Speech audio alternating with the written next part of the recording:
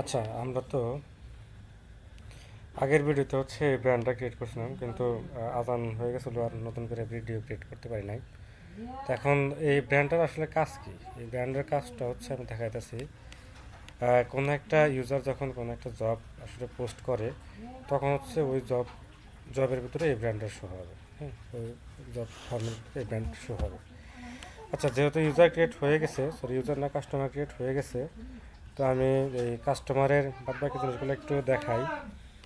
এটা হচ্ছে details page. হ্যাঁ, ডিটেলস পেজের ভিতরে এগুলো তো দেখাইছি কী হবে না হবে। এইখানে হচ্ছে এই যে ফলো আপ, এই ফলো আপ হচ্ছে দেখতে পাবো। এখানে হচ্ছে follow up to, follow up on, এবং এখানে হচ্ছে ফলো আপ টু কেউ ডান করতে পারবো না আগে যদি ফলো আপ ডান না করে। হ্যাঁ, এই যে এগুলো হচ্ছে, এগুলো সিলেক্ট করতে হবে, এটা সিলেক্ট করতে হবে। এইখানে একটা এই যে মেসেজ দেখাবে। হ্যাঁ, এই ফলো আপটা আগে ডান করতে হবে, তারপর হচ্ছে এটাকে ডান করতে হবে। আচ্ছা, এখানে হচ্ছে ফলো আপের হিস্টোরি। হ্যাঁ, তো ফলো আপের হিস্টোরি এখানে যে রিমার্কস অ্যাড করা হয় নাই, ফলো আপ বাইকে সেটা অ্যাড করা হয় নাই, মেথড অ্যাড করা হয় নাই। তো এই কারণে হচ্ছে এগুলো এরকম দেখাতেছে। এখানে হচ্ছে সব ফলো আপের হিস্টোরি আসবে। এখানে মান্থলি 2টা ফলো আপ দেখাবে, মান্থলি 2টা ফলো আপ দেখাবে। আচ্ছা, এখন আর এডিট বাটনে যদি প্রেস করি তাহলে হচ্ছে যে কাস্টমারটা অ্যাড করছে এই কাস্টমারের ইনফরমেশন আমি অ্যাড করতে পারবো। হ্যাঁ, আমি চাইলে আবার ডিটেলসে গিয়েও আমি হচ্ছে এখানে একটা এডিট বাটন আছে, এই এডিট বাটনে প্রেস করে আমি এডিট করতে পারবো। এখানে হচ্ছে ফলো আপ অ্যাড করার অপশন রাখছি, ম্যানুয়ালি চাইলে ফলো আপ অ্যাড করা যাবে। আবার এইখানে প্রেস করলে অটোমেটিকলি ফলো আপ অ্যাড হয়ে যাবে। আচ্ছা, এবং এখানে ফলো আপ হিস্টোরি, এই ফলো আপ হিস্টোরি হচ্ছে এই সেম পেজে নিয়ে আসে। আর এখানে তো ব্র্যান্ড অ্যাড করে দেখাইছি, এখানে ইমেল অ্যাড করা যাবে। আমি হচ্ছে এই ইমেল এই কাস্টমারের জন্য আরেকটা ইমেল অ্যাড করি। এই ইমেলটা কীভাবে কাজ করবে, এটা হচ্ছে যে সিসি। হ্যাঁ, ইমেলের টাইপ সেট করা যাবে সিসি প্রাইমারি, তারপর হচ্ছে বিবিসিসি। এখানে হচ্ছে আমি নতুন একটা ভ্যালিড ইমেলে দিই। হ্যাঁ, এটা 5 নম্বর কাস্টমার, যেহেতু আমি এখানে 5 দিলাম। এটা হচ্ছে সিসি। তো আমি সিসি যদি সিলেক্ট করে রাখি তাহলে হচ্ছে যখন আমি এই ইউজারকে ইনভয়েস পাঠাবো, এই ইনভয়েসটা তার এই ইমেলের ভিতরে সিসি হিসাবে যাবে। হ্যাঁ, আচ্ছা, তো আমার মোটামুটি কাস্টমার সেট আপ ডান। তো এখন হচ্ছে এখানে আপনার রোল পারমিশন আছে, এই যে রোল পারমিশন, এই রোল পারমিশনগুলো আমি অলরেডি ক্রিয়েট করে রাখছি। এখানে আর নতুন করে কোনো কিছু ক্রিয়েট করতে হবে না। চাইলে এগুলোকে এডিট করা যাবে, ডিলিট করা যাবে। এখানে এডিট বাটনে প্রেস করলে হচ্ছে এইটার নাম চেঞ্জ করা যাবে, কাস্টমার নামে হচ্ছে যে রোল পারমিশন এইটা। আর এইখানে হচ্ছে এই যে এসি মানে হইতেছে, সরি, সিএস মানে কাস্টমার সাপোর্ট, এমএ মানে হইতেছে মার্কেটিং এক্সিকিউটিভ, পিএম আর হচ্ছে পিএম মানে আপনার প্রজেক্ট ম্যানেজার। আর এইগুলো লাগে হচ্ছে ওই যে যখন আমরা ইউজার ক্রিয়েট করব, ইউজার ক্রিয়েট করার সময় আমার এই রোল পারমিশনগুলো দিয়ে দিতে হবে। এই যে রোল পারমিশন। হ্যাঁ, এই যে আচ্ছা, তো এইটা হচ্ছে মোটামুটি ইয়ের বিষয়। এখন আমি কাস্টমার দ্বারা যদি লগ ইন করি, আমি এই যে ইনকগনিটোতে যাব। হ্যাঁ, অ্যাস্থেটিক ইউরেশিয়া এখন যদি যাই, এখানে লগ ইন বাটনে প্রেস করলেই হচ্ছে লগ ইন ফর্মটা আসবে। লগ ইন ফর্মটা আসার পরে হচ্ছে আমি যদি যে কাস্টমারটা ক্রিয়েট করছি, হ্যাঁ, এই যে কাস্টমার 5, এখন আমি যদি পাসওয়ার্ড দিই, হ্যাঁ, এখন এই যে এখানে যে কাস্টমার হিসাবে আমি যখন লগ ইন করবো তখন হচ্ছে আমার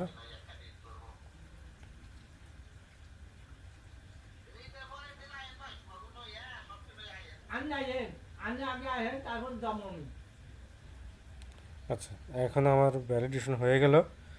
আচ্ছা, এখানে কারই করতে হবে। এটা একটু বিরক্তকর হলেও এটা হচ্ছে সিকিউরিটির জন্য মূলত দেওয়া হয়েছে। হ্যাঁ, এটা মাস্ট লাগবেই, এটা ছাড়া আসলে সিকিউরিটি করা যাবে না। তো এটা হচ্ছে কার।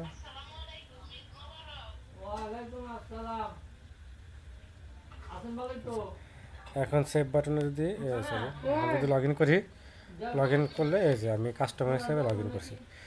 এখন আমাকে এই যে সুন্দর একটা ড্যাশবোর্ডে নিয়ে আসছে। আমি লগ ইন করার পরে এখানে হচ্ছে জবের লিস্ট। হ্যাঁ, এখানে জব যেহেতু অ্যাড করা হয় নাই, তো তার কারণে এখানে কোনো লিস্ট দেখাচ্ছে না। এখানে ইজি ইনভয়েস, এখানে মূলত 3টা মেনু আছে, একটা ড্যাশবোর্ড, জব আর একটা হচ্ছে ইনভয়েস। এখন এখানে জব কীভাবে ক্রিয়েট করব? জব ক্রিয়েট করবো হচ্ছে যে অ্যাড নামের একটা বাটন আছে, এই অ্যাড বাটনে যদি প্রেস করি তাহলে জবের ফর্মটা চলে আসবে। এখন অটোমেটিকলি হচ্ছে একটা আইডি বসে যাবে। হ্যাঁ, এটা হচ্ছে আইডির যে আমরা যে ক্লায়েন্ট কোড দিয়েছিলাম, এই ক্লায়েন্ট কোড, এটা হচ্ছে আজকের তারিখ দিয়ে একটা আইডি ক্রিয়েট হয়েছে। তারপর হচ্ছে প্রথম জব হচ্ছে এই যে এটা হচ্ছে 1 চলে আসছে। এখন দ্বিতীয় নাম্বার জবের ক্ষেত্রে এখানে 2, তৃতীয় নাম্বার জবের ক্ষেত্রে 3 হবে। এটা ইনক্রিমেন্ট হতে থাকবে। এইখানে একটা জবের নাম দিতে হবে। আমি একটা জবের নাম দিলাম, এটা নাম যে কোনো নাম দেওয়া যাবে। ইনপুট কোয়ান্টিটি দিয়ে দিলাম, এখানে হচ্ছে আউটপুট কোয়ান্টিটি দিলাম, এখানে একটা হচ্ছে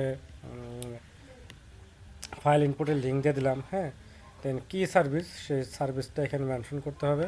হ্যাঁ, দেন হচ্ছে এখানে আমি চাইলে কিছু অ্যাডিশনাল রিকোয়ারমেন্ট দিয়ে দিতে পারবো।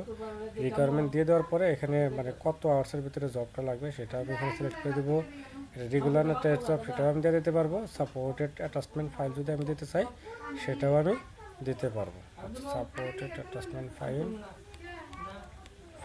আমি আচ্ছা, আমি যদি সেভ বাটনে এখন প্রেস করি আমার জবটা সাবমিট হয়ে যাবে। এই জব অ্যাডেড সাকসেসফুলি। এখন আমি যদি এখানে যাই, এই লিস্টের ভিতরে জব আমার দেখাইতেছে। হ্যাঁ, এখন আমি যদি অ্যাডমিন হিসাবে যাই, অ্যাডমিন হিসাবে যাওয়ার পরে আমি যদি এই জব, এখানে জব মেনুতে যদি ক্লিক করি, আমার এই জবটা এখানে শো হয়েছে। এই যে নতুন করে যে জবটা ক্রিয়েট করছি সেই জবটা এখানে চলে আসছে। এখানে ইউনিক প্রাইস আসে নাই, জব স্ট্যাটাস আসে নাই, কারণ এগুলো আমি যখন একটা ভিউ ডিটেলস যদি দেখি, এই যে ভিউ ডিটেলসের ভিতরে এরকম করে দেখাইতেছে। হ্যাঁ, তো এখন জবের যে ইনফরমেশন, এই ইনফরমেশন আমি যদি আপডেট করি তাহলে হচ্ছে এই ইনফরমেশনগুলো অটোমেটিক, যে এখানে ইউনিট প্রাইস, এই জবের জন্য ইউনিট প্রাইস কত টাকা, সাপোজ যদি ইউনিট প্রাইস যদি $1 দিই, অটোমেটিক এখানে টোটাল প্রাইসটা ক্যালকুলেট হয়ে যাবে বেসড অন আউটপুট কোয়ান্টিটি। এখানে আমি হচ্ছে এই যে এইখানে আউটপুট লিঙ্ক দিয়ে দিতে হবে, এটা হচ্ছে ম্যান্ডেটরি একটা ফিল্ড। এবং ওই যে আমার মনে আছে কিনা, আমরা আমরা যে ব্র্যান্ড সিলেক্ট করছিলাম কাস্টমার ক্রিয়েট করার সময়, সেই ব্র্যান্ডটা কিন্তু এখানে অটোমেটিকলি চলে আসছে। আমি যদি আবার কাস্টমারের ভিতরে যাই, হ্যাঁ, যে কাস্টমারের ভিতরে যদি যাই, কাস্টমার ডিটেলসের ভিতরে যদি যাই, এই যে এখানে যে ব্র্যান্ডটা আমরা সিলেক্ট করছিলাম, এই যে এফি ব্র্যান্ড, এবং এই যে ফিল্ড টাইপ কি দিয়েছিলাম টেক্সট, এর ফলে হচ্ছে এখানে এই যে এটা চলে আসছে এবং ফিল্ড টাইপ টেক্সট চলে আসছে। এটা কি দিয়েছিলাম, এটা রিকোয়ারমেন্ট ম্যান্ডেটরি করে নাই, রিকোয়ার্ড ফিল করে নাই, এখানে স্টেটাস আসে নাই। এখন এটা হচ্ছে যে জবের স্ট্যাটাস আমি আপডেট করতে পারবো। হ্যাঁ, জবের স্ট্যাটাসে যে টু থেকে পেন্ডিং, আমি একদম দাপ করে কমপ্লিট করতে পারবো না, এটা 1 বাই 1 আমার আপডেট করতে হবে। এবং এখানে হচ্ছে কাস্টমার সাপোর্ট ম্যানেজার আমি সেট করে দিলে দিতেও পারবো, নাও দিতে পারবো, এটা কোনো কিছু না। সব কাস্টমার সাপোর্ট ম্যানেজারই সব দেখতে পাবে। এবং ইউজার যে অ্যাটাচমেন্টটা সিলেক্ট করছিল সেটা হচ্ছে এইখানে সাপোর্টেড ফাইলটা যে সিলেক্ট করছিল সেটা এখানে আর কি দেখাবে। আমি যদি ক্লিক করি এই যে এইখানে দেখাবে। আচ্ছা, এখন আমি যদি সেভ বাটনে প্রেস করি, হ্যাঁ, সেভ বাটনে প্রেস করলাম, সেভ বাটনে প্রেস করলে এই যে জব আপডেটেড সাকসেসফুলি হয়ে গেছে। এই যে কাস্টমার হিসাবে আমি যে লগ ইন করছিলাম ওই উইন্ডোতে যদি যাই, যাওয়ার পরে আমি যদি জব ডিটেলসের ভিতরে দেখি, এই যে আমার এখানে কিন্তু এই যে পেন্ডিং, স্ট্যাটাস পেন্ডিং হয়ে গেছে। আউটপুট লিঙ্কটা কিন্তু এখনই অ্যাভেলেবেল হয় নাই। আউটপুট লিঙ্কটা তখনই কাস্টমার কাছে অ্যাভেলেবেল হবে যখন জব স্ট্যাটাস কী হবে, জব স্ট্যাটাস কমপ্লিট হবে, তখন হচ্ছে আউটপুট স্ট্যাটাসটা কমপ্লিট হবে। তো এইখানে ইউজার যে ইনস্ট্রাকশন ফাইল অ্যাড করছে সেটা এইভাবে দেখতে পারবে। প্লাস হচ্ছে এইখানে অল ফাইল জিপ আকারেও দেখতে পারবে। আর ডাউনলোড অ্যাজ এ পিডিএফ, সেটা হচ্ছে ডাউনলোড অ্যাজ এ পিডিএফ আকারেও কিন্তু এই জবটা ডাউনলোড করা যাবে। হ্যাঁ, এই যে জবটা ডাউনলোড হয়েছে সেম অ্যাজ আমি যদি অ্যাডমিন পোর্টালে যাই, অ্যাডমিন পোর্টালে গিয়ে আমি যদি দেখি, হ্যাঁ, আমি এই যে অ্যাডমিন জবের ভিতরে যদি যাই, যাওয়ার পরে আমি যদি ভিউয়ের ভিতরে যাই, হ্যাঁ, ভিউয়ের ভিতরে গেলে এই যে save download as a PDF, এবং এখানে জিপ আকারেও ডাউনলোড দিতে পারবো। একের অধিক যদি থাকে সেক্ষেত্রে জিপ আকারে একটা ফাইলে ডাউনলোড হয়ে যাবে। আচ্ছা, এখানে আবার এখান থেকে কুইক লিঙ্ক আছে এবং এখান থেকে এডিট জব ডিটেলসের ভিতরে যাওয়া যাবে। হ্যাঁ, আর এইখানে কিন্তু জবের ডিটেলসগুলো চলে আসছে। আচ্ছা, এখন এখন হইতেছে আমি যদি ইয়ের ভিতরে যাই, মেলের ভিতরে যদি যাই, কোনো একটা জব যদি সাবমিট করে, সেই জবটা কিন্তু আমার মেলের ভিতরেও একটা মেল চলে আসবে। হ্যাঁ, আমি যদি যাই মেলের ভিতরে, এই যে এই জবটা কিন্তু আমার এখানে চলে আসছে। তো এইটাই ছিল মানে একজন কাস্টমার হিসাবে আমি কীভাবে জব সাবমিট করতে পারি সেটা এই ভিডিওতে দেখালাম, এবং পরবর্তী ভিডিওতে আমি মার্কেটিং এক্সিকিউটিভ এবং সিএস কীভাবে এই জবগুলোকে এডিট করতে পারে এবং পিএম কীভাবে এই জবগুলোকে করতে পারে সেইগুলো হচ্ছে আমি দেখাবো।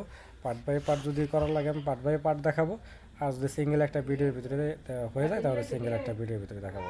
ভিডিও লং করলে সমস্যা, মানে তো ভিডিও লং করতেছি না, পরবর্তী ভিডিও দেখার জন্য অনুরোধ রইল।